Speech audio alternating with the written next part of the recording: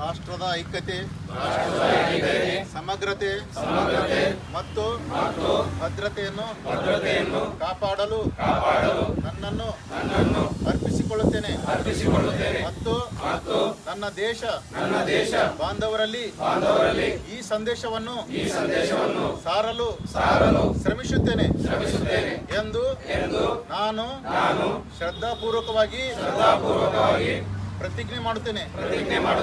ಸರ್ದಾರ್ ವಲ್ಲಭಾಯ್ ಪಟೇಲ್ ರವರ ದೂರದೃಷ್ಟಿ ಮತ್ತು ಕಾರ್ಯಕ್ಷಮತೆಯಿಂದ ಸಾಧಿಸಿದ ರಾಷ್ಟ್ರೀಯ ಏಕೀಕರಣದ ಸ್ಫೂರ್ತಿಯನ್ನು ಕಾಪಾಡುತ್ತೇನೆ ಎಂದು ಪ್ರಮಾಣ ಮಾಡುತ್ತೇನೆ. ರಾಷ್ಟ್ರದ ಆಂತರಿಕ ಭದ್ರತೆಯನ್ನು ಖಾತ್ರಿಪಡಿಸಲು ನಾನು ನನ್ನದೇ ಆದ ಕೊಡುಗೆಯನ್ನು ನೀಡುತ್ತೇನೆ ಎಂದು ಒಮ್ಮನಸ್ಸಿನಿಂದ ಪ್ರತಿಜ್ಞೆ ಮಾಡುತ್ತೇನೆ.